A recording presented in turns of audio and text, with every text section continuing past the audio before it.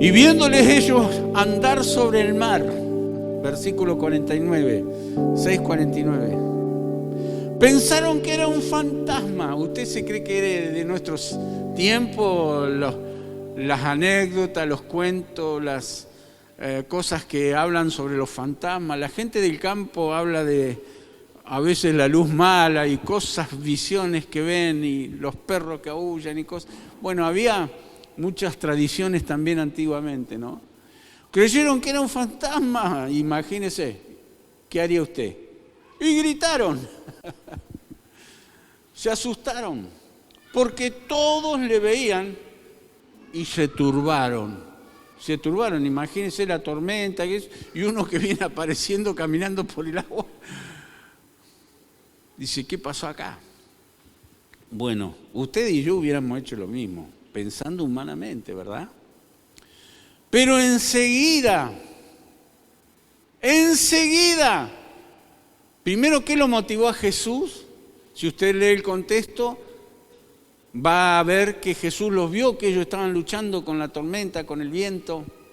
Entonces, por eso Jesús decide ir a socorrerlos, a ayudarlos. Por eso te decía recién, cuando estás en lucha, en dificultades, en problemas, Dios lo ve, Dios te ve. Y bueno, Él va a acudir a nosotros, pero ¿cómo reaccionamos nosotros, no? Dice, gritaron, se turbaron, pero enseguida habló con ellos. Que en esa turbulencia, en esos problemas, en esas dificultades, la palabra nos hable, porque tenés palabra en tu corazón, en tu mente, palabra que cada día Dios te da y que esa traiga paz al corazón.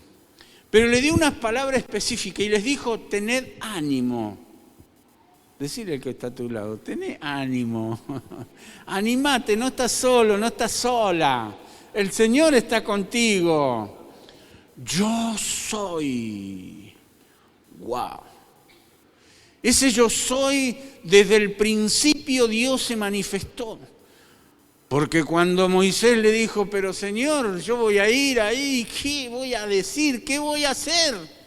Tú le dirás, el yo soy me ha enviado a vosotros. Aleluya.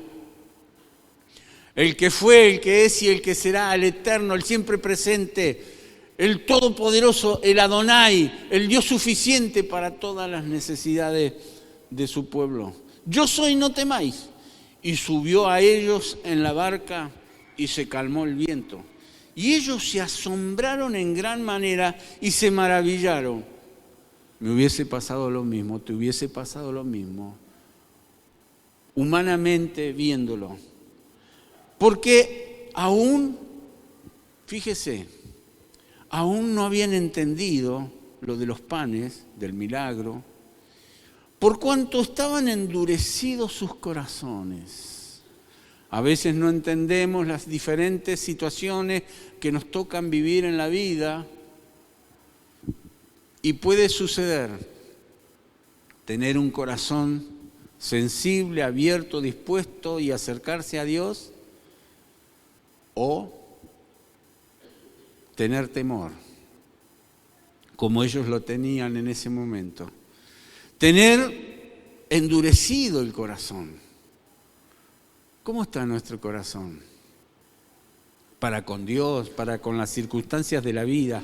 Yo conozco muchos cristianos que viven amargados y enojados con Dios. Por situaciones, circunstancias que les ha tocado vivir en la vida y no entender que Dios tiene un propósito. Por más difícil que sea una situación, siempre tenemos que ponernos bajo la sombra del Omnipotente y decirle, Señor, ¿qué quieres enseñarme con esto? ¿Qué necesito aprender? Señor, háblame, Señor, aunque no entiendo, como ellos no entendían, vieron un fantasma, gritaron, tenían el corazón endurecido. De repente, cuando se acercaron a Jesús, Jesús se acercó a ellos y ellos también se acercaron al Señor, ¿no es cierto? Empezaron a entender el yo soy, no teman. Yo soy, no teman. Y quiero compartir algunos de esos yo soy de Jesús para que sepamos dónde estamos parados. Lo sabemos, pero por ahí nos invade el temor, la duda, las dificultades y reaccionamos, humanamente. Yo digo que en todas situaciones de la vida, cuando viene algo a nuestra vida, reaccionamos humanamente, porque somos carne, somos humanos, tenemos, ¿no es cierto?, temores, estamos sujetos a diferentes cosas que nos suceden en la vida. ¿Por qué? Porque somos carne, pero también somos espíritu. Entonces, lo que más prevalezca es lo que va a producir los resultados. ¿Amén?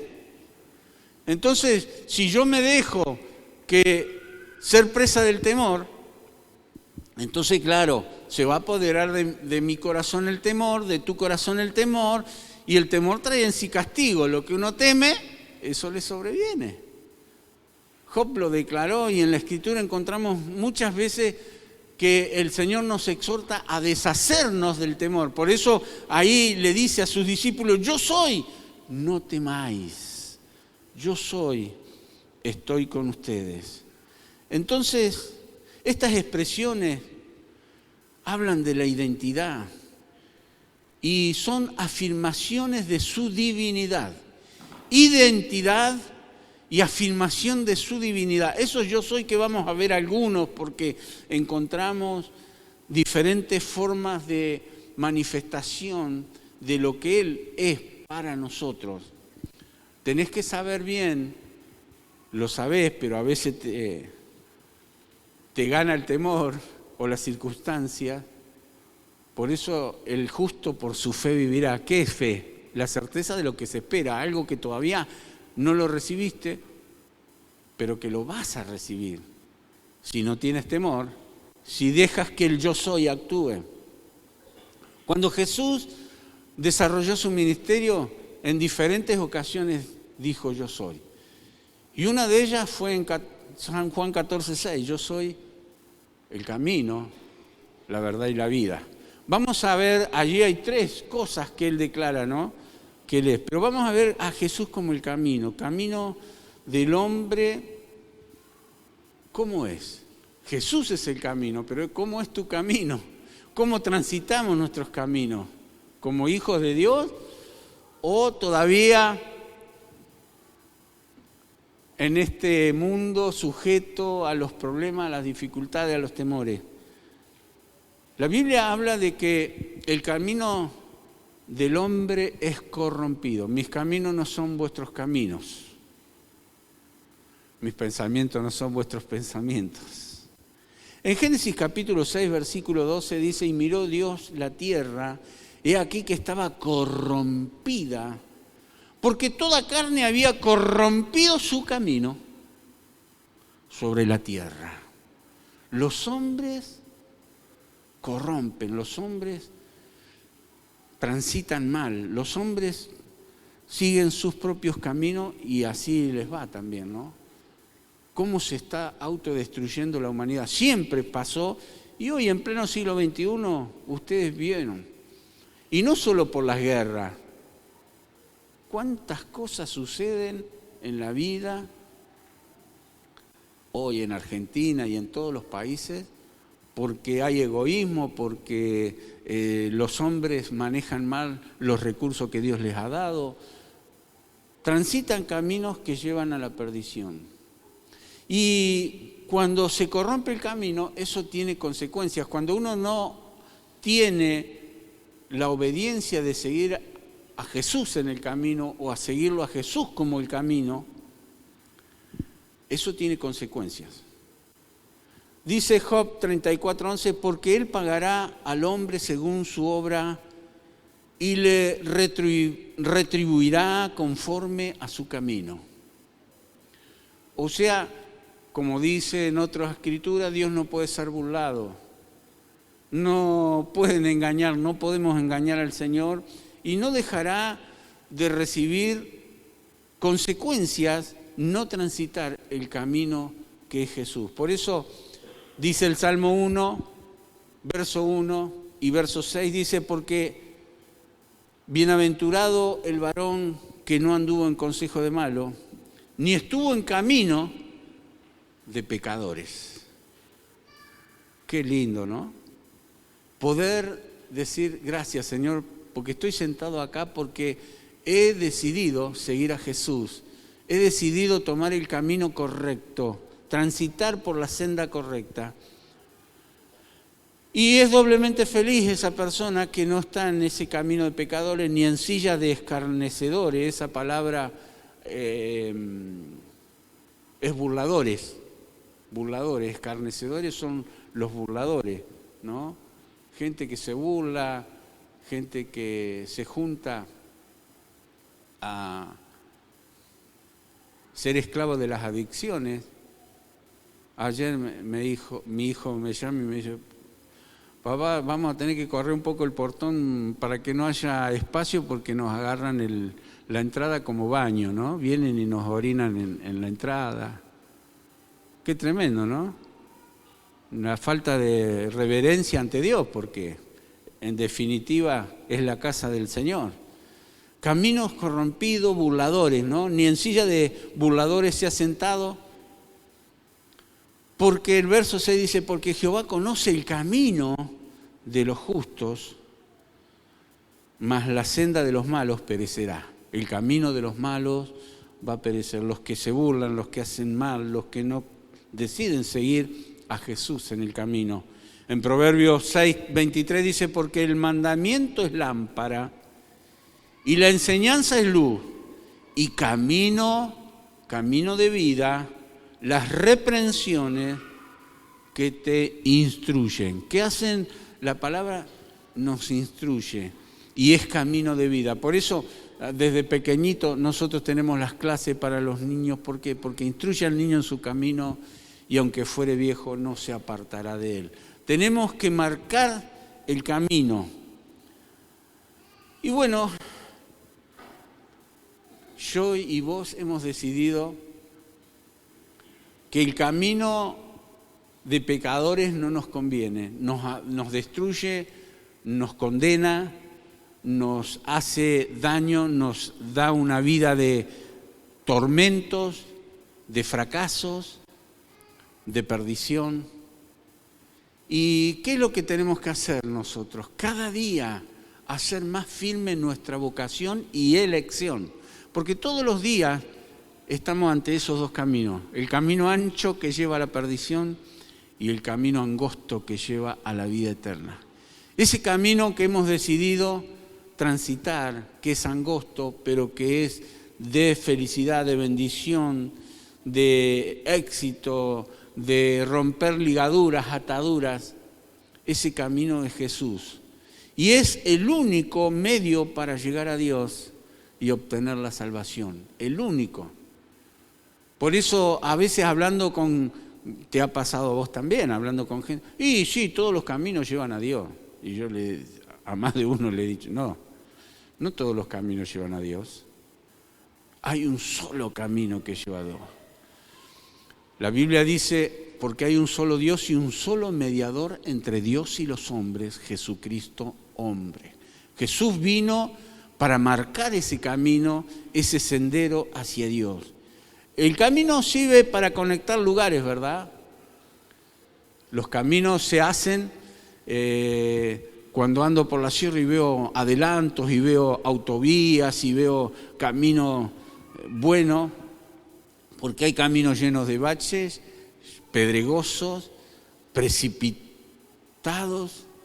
Me acuerdo, en una oportunidad yo me iba a la colonia Valle del Lago a predicar y habíamos decidido con otro pastor, él iba también, yo era el predicador y él iba a cantar las canciones.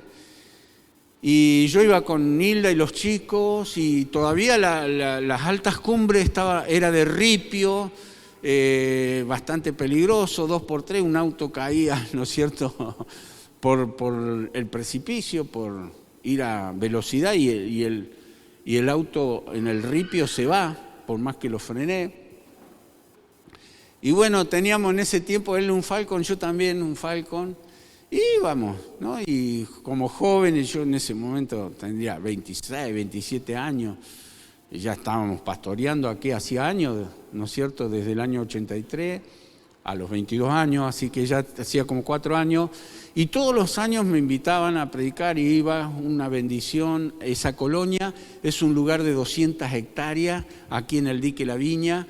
Va mucha gente de todo el país, de los países limítrofes a vacacionar, hay culto todas las noches y uno disfruta de la naturaleza, justo da en el dique. Yo me acuerdo que una vez a la semana predicaba en la orilla del dique, que estaba yendo por senderos así, un camino que llevaba al dique, ¿no es cierto? Ese sendero no te podías perder porque ya estaba trazado ese camino. Por eso cuando uno decide transitar y tomar el camino que Jesús, no se va a perder porque está marcado, Él dio su vida por nosotros para redimirnos. Y teníamos la reunión allí a la orilla del lago y sin micrófono, eran 200 personas ahí sentadas, se hacía choripán a la orilla del lago y yo me estaba como a 50 metros de la gente arriba, yo más abajo, y me escuchaban a predicar gente que estaba en el medio del lago pescando en los botes a la noche, ¿no es cierto? Y disfrutábamos ese momento y cuento esto por el sendero que lleva allí y por lo que pasó con este pastor. Íbamos camino a las altas cumbres y bueno, íbamos a 60, 70, 80 y íbamos ahí medio los dos, ¿no es cierto?, jóvenes ahí. Él iba con su padre y su madre, soltero todavía, yo iba con Hilda y creo que estaba Pri y Benja, chiquito, Bere todavía no. Y bueno, y cuando seguimos 100, cuando llegamos a 100 yo aflojé y él siguió como 120. Y digo, es muy fuerte, está yendo muy fuerte, le digo a mi esposa, ¿no? Nosotros frenemos acá. Cuando llega a una montaña grande, así en una curva, veo la trompa del auto de él, así. Por poco no se fue al precipicio. Estaba en blanco porque cuando agarra la curva el auto se les va y queda, se da vuelta, colea el auto y queda así, entre el precipicio y la ruta, ¿no? Bueno, yo paré, bajé despacito, quise engancharlo para tirarlo con mi auto, hice bajar a los padres, se bajaron despacito los padres porque ya se caía el auto. Milagrosamente no se cayó. Y casualidad, no, porque el Señor, a pesar de las imprudencias que uno comete, no, porque fue una imprudencia ir tan fuerte, por eso yo cuando ya era más, no podemos ir a esa velocidad en este camino, porque es un camino de ripio, es un camino de baches, es un camino peligroso. Y viene una grúa y apareció de repente, pero a los 10 minutos que yo había parado. Y si yo lo hubiese tirado con el auto me hubiese costado mucho porque por el ripio y porque el auto estaba en el aire. Él no podía hacer andar las ruedas. O sí andaban, pero no en el aire. Bueno, una experiencia complicada, ¿no? Y después, ¿sabe a cuánto íbamos? A 20. A veces aprender una lección puede costarnos muy caro. Gracias a Dios que no se fue con el auto ni cayó al precipicio, pero casi lo hizo. ¿Por qué? Por ir por un camino que no debía ir tan fuerte. Bueno, nosotros hemos salido de esos caminos que no nos convenían y hemos decidido seguir a Jesús en el camino. Y Jesús es el único, como dije, medio para llegar a Dios y obtener la salvación. Y es camino seguro. El camino sirve para conectar, como dijimos, los lugares, para desplazarnos, para desplazamiento de la gente, para llegar a un punto, a un lugar. Y si no hay camino, no se puede llegar. Gracias a Dios que el Señor abrió el camino porque era imposible para nosotros llegar a Dios. porque la paga del pecado es la muerte, porque el haber corrompido sus caminos, dice, desde Adán hasta el punto que encendió la ira de Dios y dijo: Dios, me arrepiento de haber creado al hombre. Dice que la maldad había subido a la presencia de Dios y que Dios descendió para ver los caminos de los hombres, y dice: se han corrompido, se han apartado, se han desenfrenado. Y que así como se le antojó al Señor un día crearnos, dijo: los voy a destruir. Los voy a destruir. Pero gracias a Dios que hubo alguien que caminaba en el camino que el Señor había trazado. Y ese fue Noé, ¿no es cierto? Y conocemos la historia. Gracias a Dios, porque nos dio una nueva oportunidad. Por eso estamos acá, si no, no estaríamos. Porque en el tiempo del diluvio, el Señor limpiaba la tierra, no dejaba a nadie. Pero Noé halló gracia ante los ojos de Dios. Que el Señor siga obrando con su poder y dándonos oportunidades, porque hallamos gracia delante de su presencia. ¿Por qué? Porque Noé caminaba con Dios. Inclusive Enoc, que se lo llevó el Señor al cielo, dice que Enoc caminaba con Dios. Me gusta esa expresión, ¿no? ¿Con quiénes caminamos nosotros? Con Jesús. Es el camino, es la verdad y la vida. Y nos sirve para cada día conectarnos más. Y hay tantas cosas hermosas que utilizar como ejemplos, ¿no es cierto?, del camino que nos lleva a la felicidad, a la paz, a la bendición. Por eso siempre escojamos ese camino. Él llegó a decir también: yo soy la puerta. Cuando llegamos por el camino al destino que tenemos, que nuestro destino es el cielo. Nuestro destino era la condenación, pero ahora es el cielo, la verdad. Y el Señor hizo una puerta para que pasemos, y esa es Jesús mismo también, no solo el camino, sino la puerta. Dice en Juan 10:7 y versículo 9: volvió pues Jesús a decirles: de cierto os digo, yo soy la puerta de las ovejas. Yo soy la puerta, el que por mí entrare será salvo, y entrará y saldrá y hallará pastos. Cuando uno se encuentra ante una puerta es una elección, ¿no? Porque uno puede decidir pasarla o no pasarla. Tiene que ahí juega nuestra voluntad. ¿Paso o no paso? Bueno, sabiendo que es la puerta que nos abre el Señor para recibir las bendiciones a través de Jesús. Pero no es un secreto, lo sabemos, pero muchos están ciegos y no lo pueden ver. Que la llave que abre esa puerta es un corazón dispuesto, un corazón arrepentido, un corazón humillado. Una persona que da un giro de 180 grados, que está dispuesta a seguir cambiando, ¿no? Porque a veces, si no hay esa disposición, esa rendición incondicional, no se puede pasar esa puerta. La puerta es oportunidades. ¿Cuántas veces nosotros decimos: Dios me abrió una puerta de trabajo, una puerta de bendición, ¿no es cierto?, conociendo a esta familia, una puerta como es la iglesia para recibir, crecer, desarrollarme como cristiano? Tomar acción y cruzarla es lo que tenemos que hacer para aprovecharlo. Cuando Dios abre una puerta, nadie la puede cerrar, y cuando Dios la cierra, nadie tampoco la puede abrir, ¿no? Es el acceso al progreso, la puerta. Jesús como la puerta del cielo abierta para todos nosotros. Y en 3 de Juan, versículo 2 dice: amado, yo deseo que tú seas prosperado en todas las cosas y que tengas salud, así como prospera tu alma. Dijimos que es cuando Dios nos abrió esa puerta de bendición a nosotros, al progreso,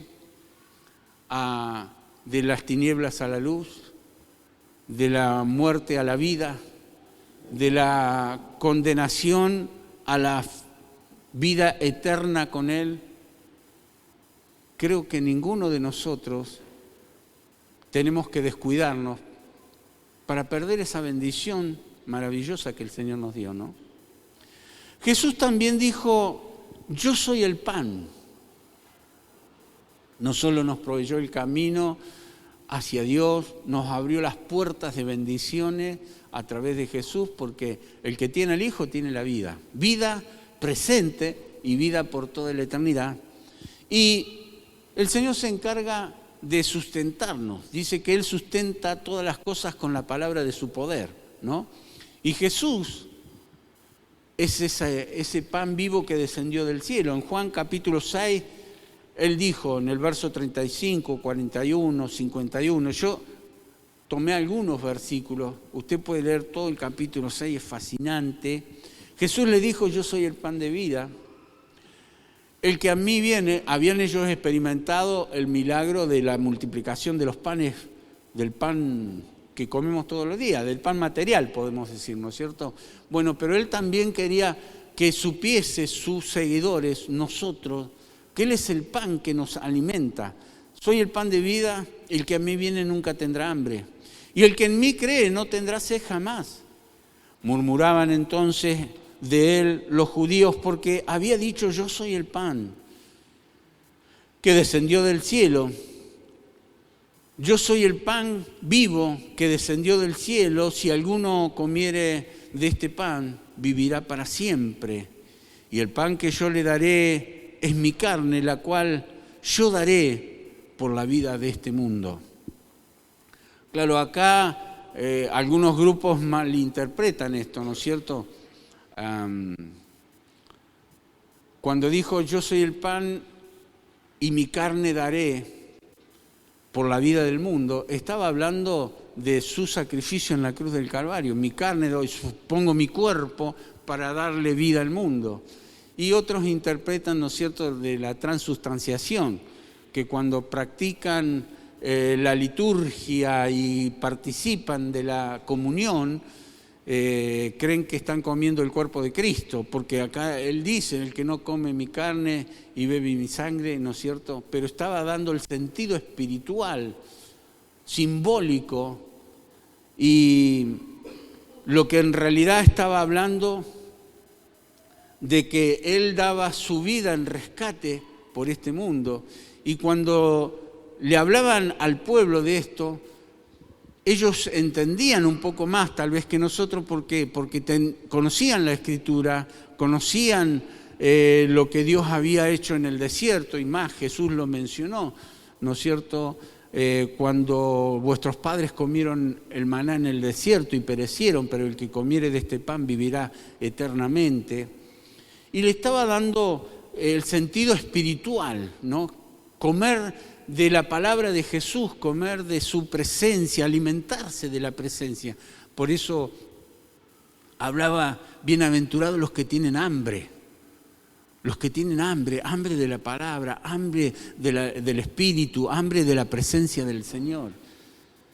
Si nosotros le vemos un poquito, yo me metí a estudiar, a recordar un poquito lo que es el pan físico, y lo comparaba con lo que hace espiritualmente el pan de vida en nosotros, que es Jesús, que es la palabra de Jesús.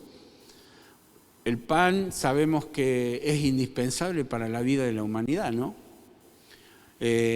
Para la vida física. Jesús es el pan para la vida espiritual. El pan físico para la vida física, el pan espiritual que es Jesús para nuestra vida espiritual. En el capítulo 8 de Deuteronomio, en el versículo 3, el Espíritu Santo dice a su pueblo, al pueblo del Señor, y te afligió y te hizo tener hambre y te sustentó con maná.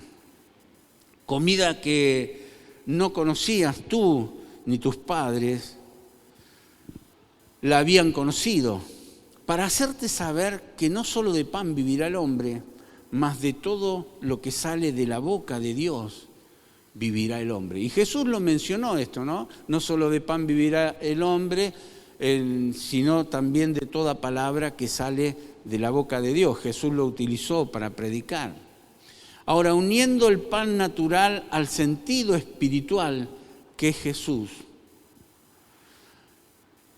El pan natural, algunas cosas importantes a recordar. Por ejemplo, proporciona carbohidratos, ¿no? El carbohidrato es esencial para el desarrollo y energía y el crecimiento normal de las personas. Desarrollo, energía y crecimiento espiritual, o físico, perdón.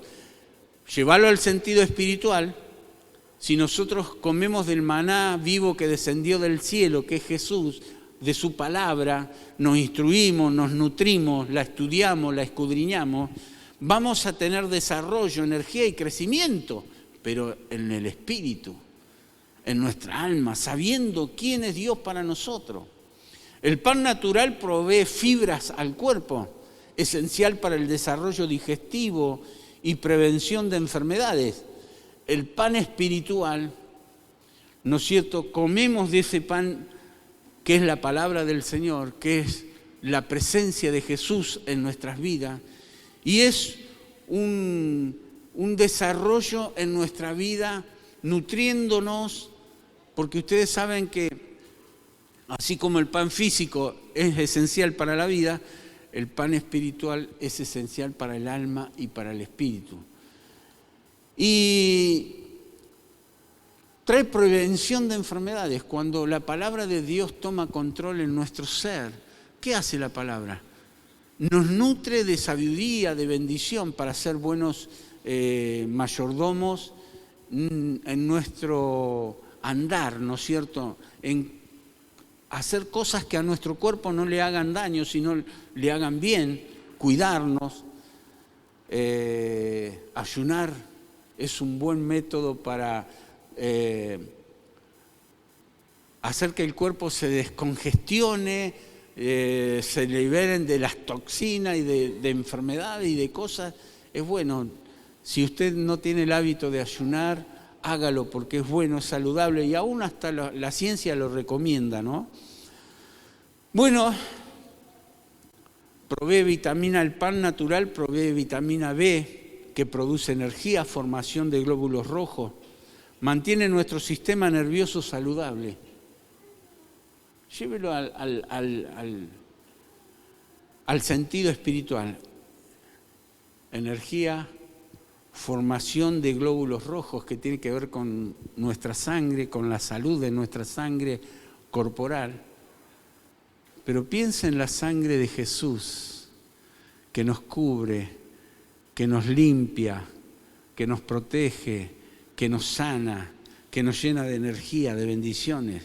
También el pan natural tiene minerales, hierro, necesario para producir la hemoglobina. Todo esto yo lo sabía, pero cuando lo empecé a refrescar, a recordar, digo, qué interesante, ¿no? Y le daba todo el sentido espiritual de lo que es Jesús como el pan para nosotros, ¿no? Provee proteína que transporta el oxígeno a los pulmones y de los pulmones a todo el cuerpo. La hemoglobina. Qué interesante. Y yo digo, qué bueno, porque cuando el Espíritu sopla sobre nosotros, ¿no? Nos da esa bendición, esas ganas de vivir, de hacer cosas, nos da paz, nos da gozo, nos da paciencia, benignidad, bondad, fe, mansedumbre, templanza. El Espíritu Santo actuando, oxigenando nuestra vida en el Espíritu, danos ganas de vivir. ¿Cuánta gente hoy quiere terminar con su vida? Por eso hay tanto suicidio, tanta gente que se muere o se suicida o destruye su vida, ¿no? El magnesio tiene el pan físico también. Mire qué tremendo, ¿no? Y desempeña un papel crucial en el funcionamiento de los músculos y nervios. Es el mantenimiento inmunológico, saludable, trae regulación al ritmo cardíaco. Mire cuántas cosas el pan, que a veces uno no le da tanta... También engorda, ¿no?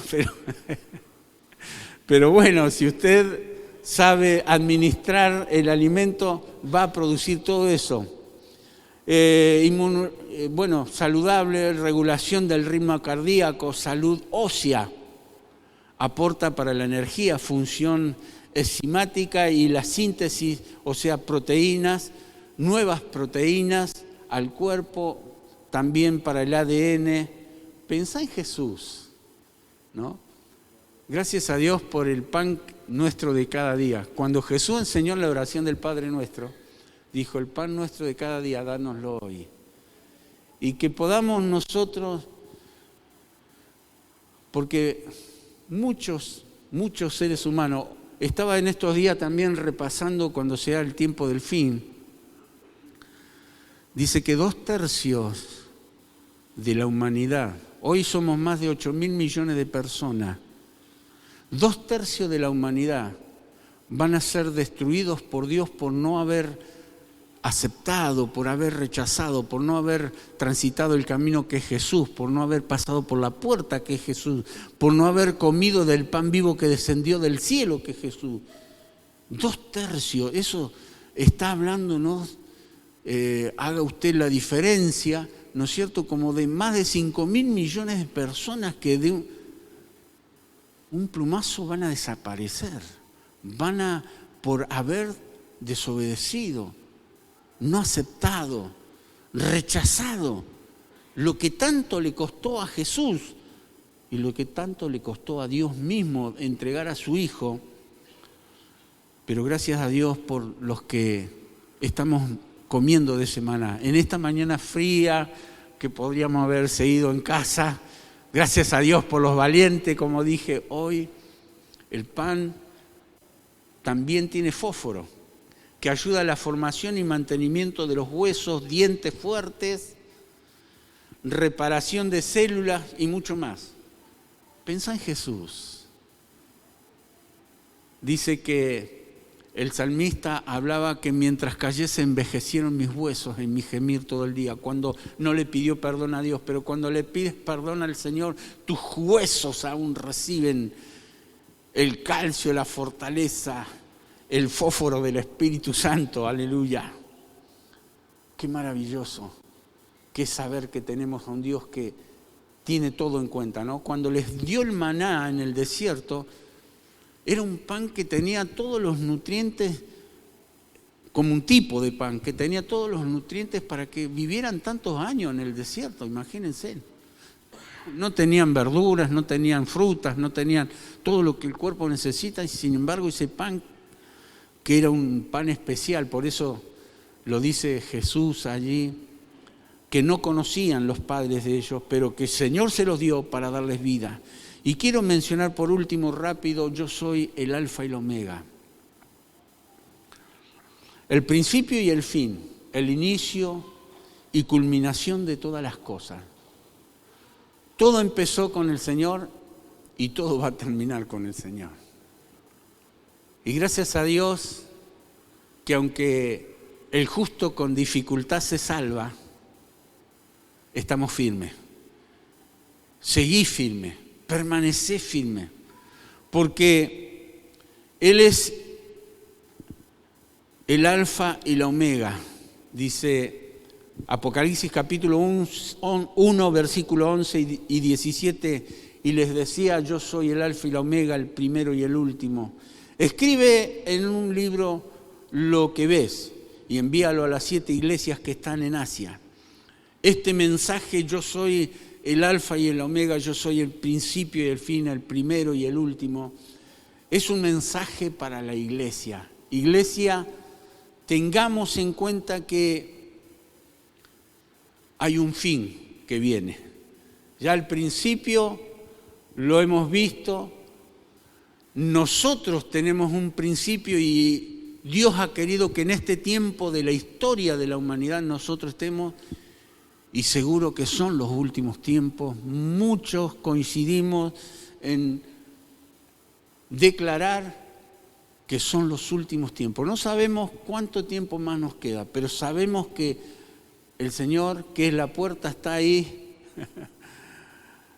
que en cualquier momento la cierra, como pasó con Noé, cuando quisieron entrar, se agarraban del arca y no entró. Cuando Dios cierra la puerta, no entró más nadie. Y este mensaje, dice el Señor, escribe en un libro lo que ves y envíalo a las 7 iglesias que están en Asia: Éfeso, Esmirna, Pérgamo, Tiatira, Sardis, Filadelfia, la Odisea. Cuando le vi, caí como muerto a sus pies, y él puso su diestra sobre mí, diciéndome: no temas, yo soy el primero y el último. Las 7 iglesias, no voy a hablar de eso, lo voy a dejar para otro mensaje, pero solamente que quiero leerles la iglesia, que sería a lo mejor la iglesia modelo, ¿no es cierto? Porque las 7 iglesias tienen cosas buenas, usted va a leer en Apocalipsis ahí, y tienen cosas buenas y malas. Pero la iglesia de Filadelfia, que significa amor fraternal, sería la iglesia modelo. Y se los leo y terminamos orando al Señor.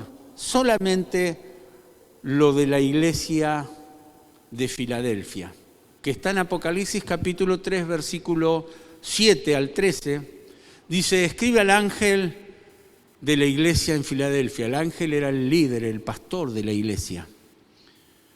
Esto dice el santo, el verdadero. Y es el mensaje para la iglesia, sino que le dice: escribe al ángel para que el ángel lo comunique. Recuerde él, lo sepa él, lo sepa el pastor y lo sepa toda la iglesia. Dice el santo y verdadero, el que tiene la llave de David, el que abre y ninguno cierra, como dijimos, y el que cierra y ninguno abre.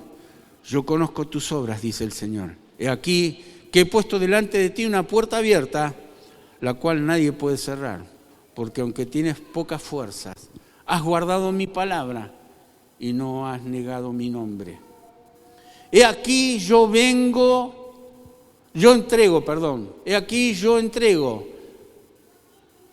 de la sinagoga de Satanás a los que se dicen ser judíos y no lo son, sino que mienten. He aquí yo haré que vengan y se postren a tus pies.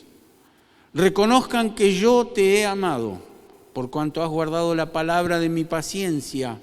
Yo también te guardaré de la hora de prueba que ha de venir sobre el mundo entero. Tenga en cuenta eso, cómo el Señor nos guarda en medio de todo lo que está sucediendo y viniendo, para probar a los que moran sobre la tierra. He aquí yo vengo pronto. Retén lo que tienes, para que ninguno tome tu corona. Al que venciere yo lo haré columna en el templo de mi Dios, y nunca más saldrá de allí. Y escribiré su nombre sobre él, el nombre de mi Dios, y el nombre de la ciudad de mi Dios, la nueva Jerusalén, la cual desciende del cielo de mi Dios. Y mi nombre nuevo, el que tiene oído, oiga lo que el Espíritu dice a las iglesias. Examinámonos y veamos si estamos en este perfil de la iglesia modelo, de la iglesia que no es perfecta, dice el Señor, pero que tiene cosas que Él pide y que las está cumpliendo. He aquí viene pronto el Señor. No es para asustar a nadie, sino para recordarnos, porque es como que tenemos memoria un poco frágil, ¿no? Y poca memoria. Iglesia, no es fácil, para ninguno de nosotros es fácil. Son los últimos tiempos. El Señor dice claramente en su palabra que si los tiempos no serían acortados, ninguno sería salvo. O sea, se iba a poner tan difícil la cosa. Pero el Señor nos va a llevar antes de que todo esto malo que viene, peor todavía, porque son tiempos malos, tiempos difíciles, últimos tiempos. y proféticamente no va a mejorar, va a empeorar. Pero nos vamos con el Señor antes, la iglesia. Amén. Así que retén lo que tienes. Cuídalo para que nadie ni nada nos impida pasar esa puerta que el Señor nos abrió. Seguir transitando ese camino. Seguir alimentándonos de este pan vivo que descendió del cielo. Y entendiendo que Él comenzó algo y lo termina. Yo soy el primero y el último. Y tiene preparado para nosotros un lugar muy especial. Cerra tus ojos.